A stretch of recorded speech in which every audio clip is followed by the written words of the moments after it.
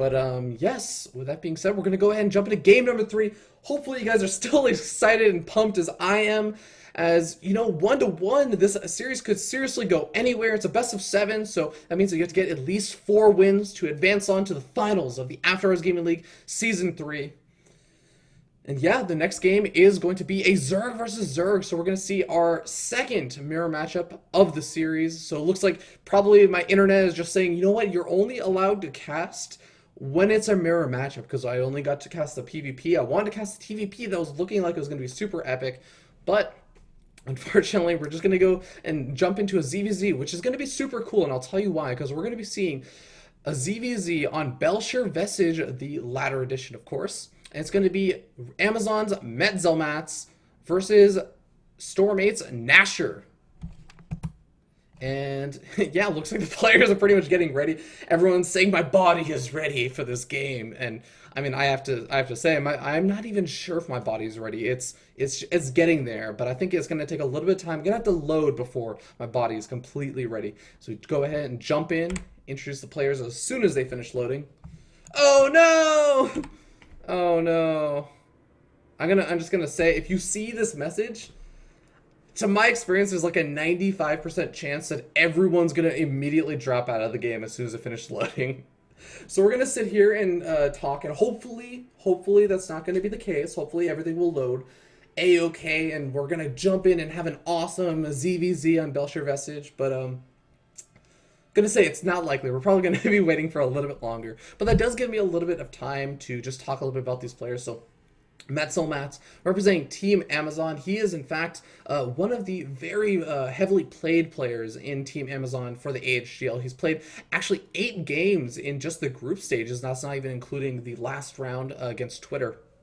And he's currently 5-3, I believe. So really, really strong player, I have to say. I love watching him play, as has some really awesome style play, and I'll go a little bit more into that. But he's currently 3-1 in ZVZ, so that kind of goes to show, like, he's not messing around. He knows what he's doing in this matchup. In the meanwhile, we actually have Nasher, who looks like a little bit unfortunate for him, because I believe, yeah, the teams have to submit their lineups. They say, oh, I want, you know, Nasher to play on this. Oh, is the game actually going to load? Nope. Nope, the game didn't load. Sorry, guys. False alarm. Okay. But, yeah, Nasher is actually one of those players who is actually 1-4 in the AHGL, but actually 0-1 in ZVZ. So I'm really curious to see how comfortable he actually feels in ZVZ. I mean, you often hear the phrase, you know, one instance is not a statistic, or it's not a trend. Like, you need multiple instances of something to actually figure out what the trend is, or if there's a statistic or whatever.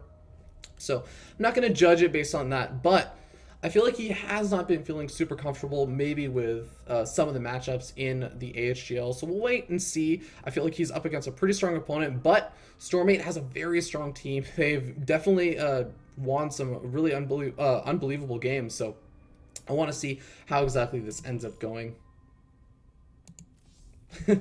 Players are joking around saying, okay, the game is over, so next match, right? I don't know who would have been considered winning there, because, I mean, nobody technically disconnected first, to my knowledge anyways. But the players did load in. With that being said, we're going to go back into the lobby, hopefully get all this stuff underway as we go ahead and jump into game number 3. Zerg versus Zerg, once again on Belcher Vestige, and yeah, I guess I'll take this a little bit of time to talk a little bit about myself for anyone who's tuning in for the first time to me. My name is Fear Dragon. I'm actually not a representative of any of the teams in the AHGL, nor am I actually an official caster for it right now. But, you know, just enjoying the live cast, and yeah, I think that the players are pretty much ready. But if you enjoy my commentary in any capacity whatsoever, go ahead and check me out at youtube.com/feardragon64. I have to plug myself because I'm just trying to fill up time right now. I think the players are just waiting for the game to get started, and once we get started, we can talk a little bit about their play styles and what we can be expecting in the Zerg versus Zerg matchup. I will say, actually, Zerg versus Zerg, we've been seeing a lot of Mutalisk style play, so very, very heavy Mutalisk, just because, you know, if you think about Heart of the Swarm Zerg versus just Heart of the Swarm Zerg, the only thing that's really changed since Wings of Liberty is everything is after lair tech except for the Overlord speed. All right, Overlord speed is the only change, but that's really not going to play too big of an impact in ZVZ early pre-layer style play.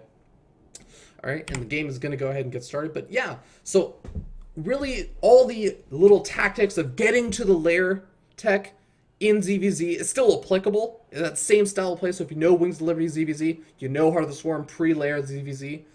And yeah, we're going to go ahead and talk a little bit more about that after we introduce the players. Spawning up here in the top left-hand corner of Belshazzar Vestige. Finally actually spawning and not just disconnecting out or anything of the sort. We have the red Zerg player representing Team Storm8. It is going to be Storm8's Nasher. And his opponent spawning down here in the bottom right-hand corner of Belshazzar Vestige as the blue Zerg player representing Team Amazon is going to be Amazon's one of their top players and maybe even one of the contenders for ace player of Amazon is going to be Amazon's Metzelmats.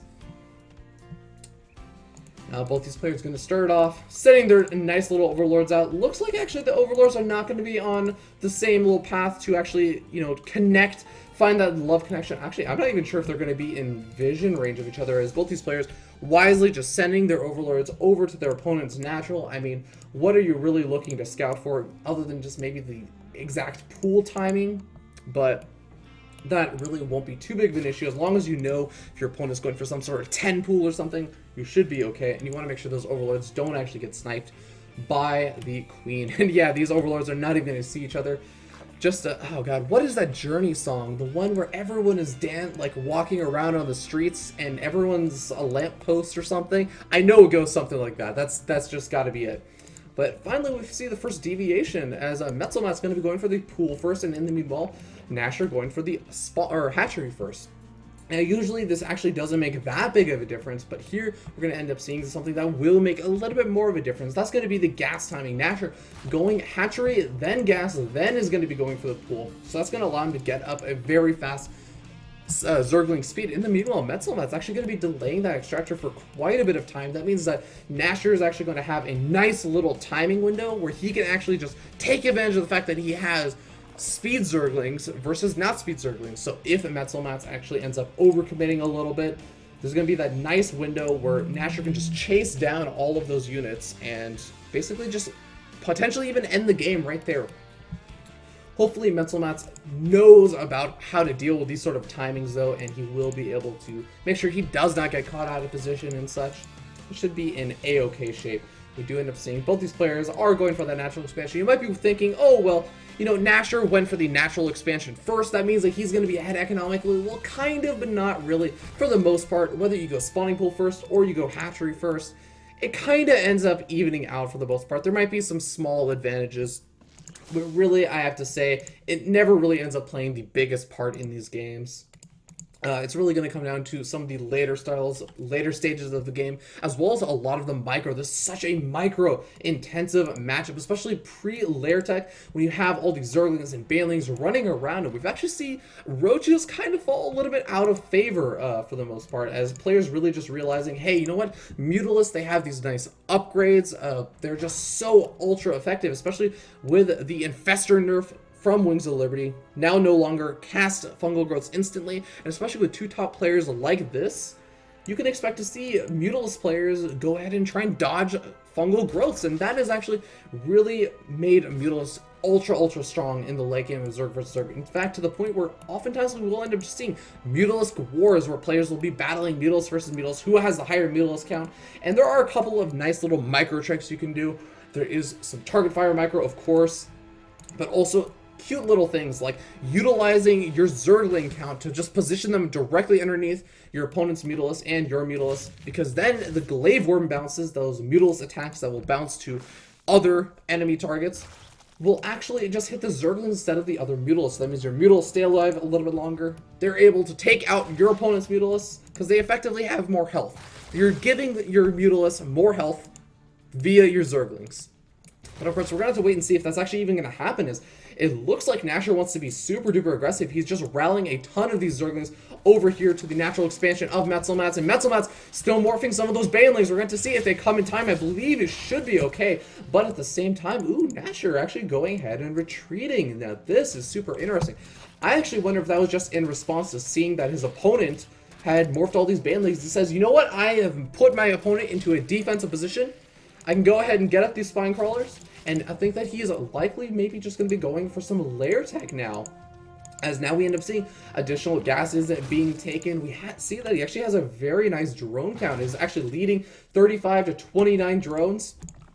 And the most important thing I have to note is that Metzelmats has invested so much into morphing all these Banelings defensively. He does not want to die to any kind of Zergling aggression. So that's going to do things like delay some of his gas. Now, the funny thing is actually Metzelmats actually went for an earlier gas. So that actually allowed Metzelmats to get an earlier lair than his opponent. So it's a little bit funny that I say, you know, it's going to delay Metzelmats' gas. But at the same time, you have to keep in mind that Metzelmats is going to have these 4 Banelings, or 5 Banelings, I guess, just going to be sitting around. He's going to be able to, actually get some decent hits off, but, you know, for the most part, I feel like Nashor is going to still be in an okay position, losing a couple of the Zerglings, but not going to be the biggest deal. He still has a good number, and namely, he has those 2 Spine Crawlers that's going to allow him to do a nice little defense. Now, the lair is about halfway finished for Nashor, but at the same time, we see Metzelmats actually already has a Spire already started, and that's going to give him a nice little advantage. He's going to have Mutos a little bit sooner. We'll have to see if he can actually just get enough Mutos to actually overpower his opponent, or if Nashor is going to be able to get up his own Spire in time, maybe even get up a Spore Crawler just to defend a little bit, and maybe just capitalize on the fact that he has a better economy right now. Now, Metzelmats and Nashor are both going for those 3rd expansions. Kind of interesting, as it looks like both these players feel like they can defend it, especially Metzelmats with those Banelings. And I think that Nashor just knows, hey, you know, I have such a high Zergling count that my opponent really doesn't want to move across the map. So should be okay for a little bit. Evolution Chambers out for both these players and getting that Carapace level 1. And that's going to be super duper important. For those of you who do not know, Carapace level 1 allows Zerglings to actually survive a Baneling hit. And that is super duper important. But hold that thought, we actually have a ton of Zerglings moving down or along the right hand side of the map over to Nashor's 3rd expansion. Now Nashor does not actually have his Banelings already prepared yet, so he's gonna have to be taking a little bit of damage from these Zerglings. But now with those Banelings morphing in, oh, Metzelmats, you have to be so careful. He loses so many of those Zerglings at such a low cost, and oh my god, I feel like Nashor is going to be such a comfortable position after that, unless a Metzelmats actually makes something really magnificent happen with some of those mules. Now, we do end up seeing some of those Banelings getting some ridiculous hits. What on earth is going on? Banelings just hitting all of the Zerglings in this game. It is absolutely insane right now. As Metzelmat's actually going to go ahead and retreat after that. I feel like it's basically, I mean, I wanted to say it's evened out, but now we actually have Mules out on the map. We can see over here that really Metzelmat's has also been able to just get up a higher supply. He's leading by a good 25 or so. So I don't even know what's going on, and it's going to be very, very difficult because now Nashor's going to start losing all these Overlords. He's starting to retreat them, but he needs to start retreating all of them right now. These Overlords are going to be super susceptible to this Mutalisk count, especially considering even though he has a couple of Mutalisk of his own on the way, it's just not going to be the same number. He's actually just going to be a little bit behind constantly unless he can find some sort of gas advantage, some sort of Zergling advantage, or something to come back in this game right now. Now, it looks like the Mutals are going to be dancing around. Spore Crawlers are going up, and some of the opponent's Spore Crawlers for Nashor actually coming up, so they're going to be here to defend, but there is just not enough right now. I don't think he should be trying to take this engagement. He's going to be falling behind the Mutals count by so much now, as we can see Metzelmats able to take out every single one of those Mutals, able to take out the Queen, and oh no, it was Spine Crawlers, not Spore Crawlers. That is exactly not what he actually wanted to try and deal with this Mutals harassment right now.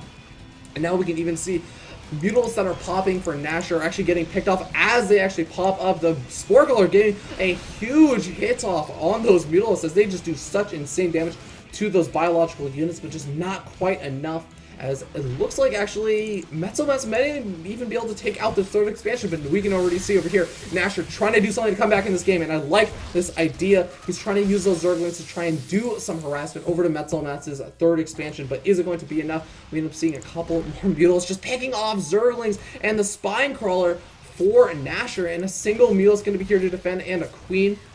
It just isn't the anti-air that Nasher needs right now. As we can see, Metzelmath, he has basically just got Mutals on his mind. That's where all of his gas is going to be going, taking out the Spore Callers, taking out the drones. We can see over here in the unit counting station, 41 drones to 61 drones, and this is basically going to come down to whether or not Nasher can make some sort of comeback with these Zerglings, as he just needs to eventually be able to clean up all these Mutals, as it looks like those Spore Callers are doing a good job of it. At the same time, the Zerglings doing a huge amount of damage over the natural expansion. He's actually killing a lot of drones of Metzelmath, so this could actually be exactly what he needed, but it's just not quite enough. We can still see 50-ish drones for Metzelmath and about 35 for Nasher, so Nasher still has to make something happen right now. Now, the other nice thing is that actually for Nasher is that he actually was able to kill off quite a few of those Mutals with the Spore Callers and just basically using those Zergling Brennbites to tax Metzelmath's APM and basically allowing him to get those Spore Callers to kill off a ton of those Mutals. But at the same time, Metzelmath is on 3 base. That means he has 6 gas geysers to produce Mutals with, and that is going to be absolutely critical. He's able to come in over here. There are just not enough Mutals again for Nasher, and that's going to actually spell GG coming out of Nasher. So Metzelmath's able to take that game number 3 and put the series 2-1 for Team Amazon.